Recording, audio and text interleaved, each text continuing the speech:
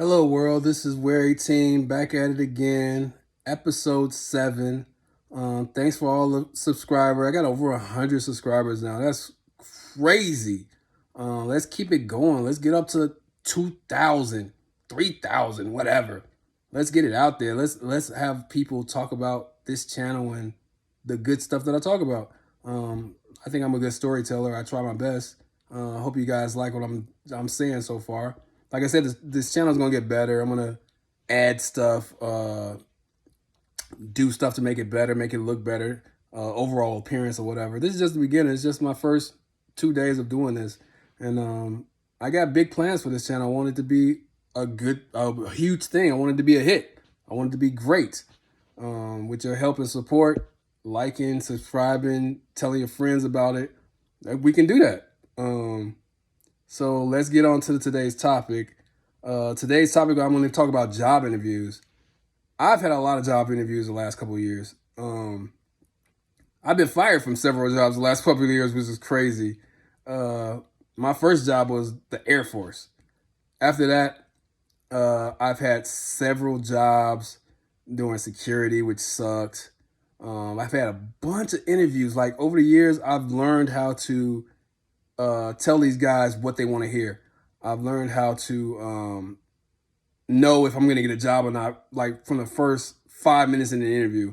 I've had interviews where I've gone in there and I've known I wasn't going to get a job from the get-go. And I've had interviews that I've known, I had feelings that I'm going to get the job and I don't get it.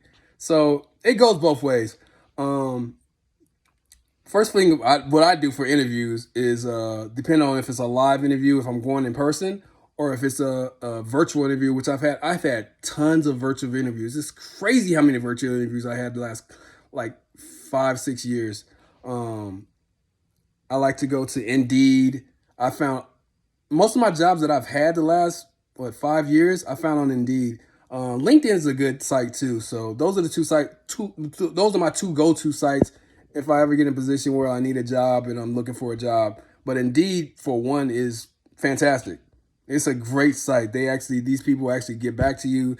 You'll get the rejection notices, of course. But I've had so many interviews from that site. It's amazing. Like I said, I go on an interview. I try to learn a lot about the company. I try to make it seem like I want to be there. Make it seem like I know what the company is about. Make it seem like that I'm interested. Make it seem like I want to be there. I want to work for this company. So I got several stories about good interviews and bad interviews. I'm gonna talk about the last interview I had before my current day job that I have. So it was about almost Christmas of last year. So around Christmas time, a lot of these companies, a lot of employees go on breaks or whatever. They have like a couple days off before that or whatever. So I get this interview with this company, and they want me to come in like a couple days before Christmas for the interview. And I'm like, I'm fine with that. I need a job, so I'm fine with it. So I go in that day for the interview, and I'm waiting, like 10-15 minutes in the lobby. So this lady comes down, and she looks like mad, like she's clearly upset. I'm like, damn, what's wrong with her? Did somebody pee in her fucking soup?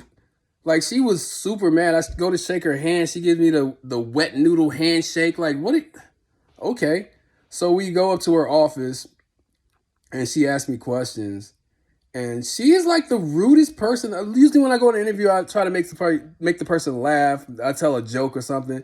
And she was not having it. She was like the rudest person I've ever had an interview with. And I'm thinking to myself, I'm definitely not getting this job. So I go through the interview, I answer all the questions. I think I'm doing a good job, but she's like stone faced. I think she was supposed to, it was one of those things where it was a last minute thing where they had to get somebody to interview me. And I think she was the person that they had to interview me. And I think she had somewhere to go that day. So it seemed like she was upset from the get-go. And when I went in the office and had the interview, it was like she just wanted to be out of there. She did not want to be there. She did not want to go through none of the questions. She was super rude and abrupt. And it was probably one of the worst interviews I've ever had in my life. So with that over, of course I didn't get the job. A couple days later, I get the rejection notice, of course. But I wasn't. It was all right because prior to that, I had an interview with the company I'm with right now, and that was one of the best interviews I've ever had. I talked to the guy.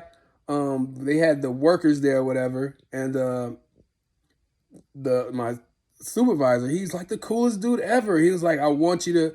He walked me out after the interview. He's like, if it's up to me, you got the job. If you want to take, you have any other interviews anywhere else, um, just let me know. But if it's up to me, you got the job. I was like, wow, thank you. I ended up taking the job too. So that was one of the best interviews I've had. I recently had an interview for the second job that I'm working, and that interview went great. The guy was like, I'm hiring you today. I got hired pretty much on the spot. So I got hired pretty much on the spot. The interview was pretty cool.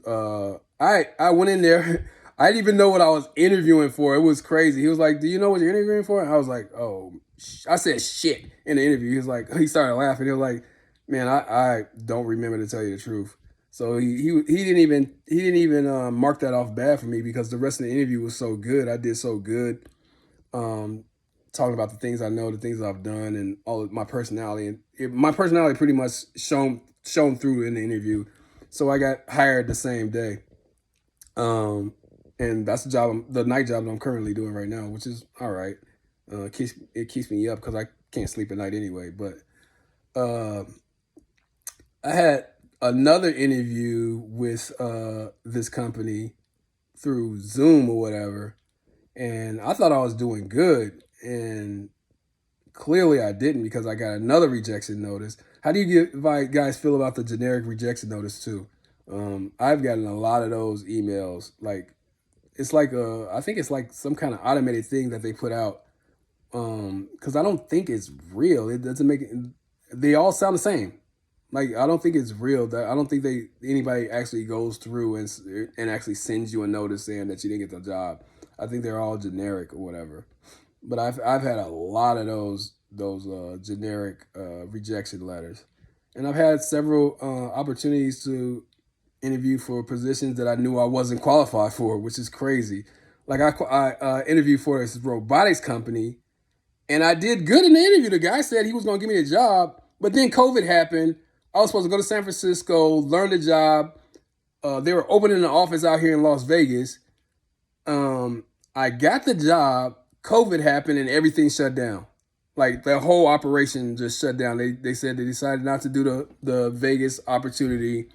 I didn't get the job, and the job paid like $90,000 a year.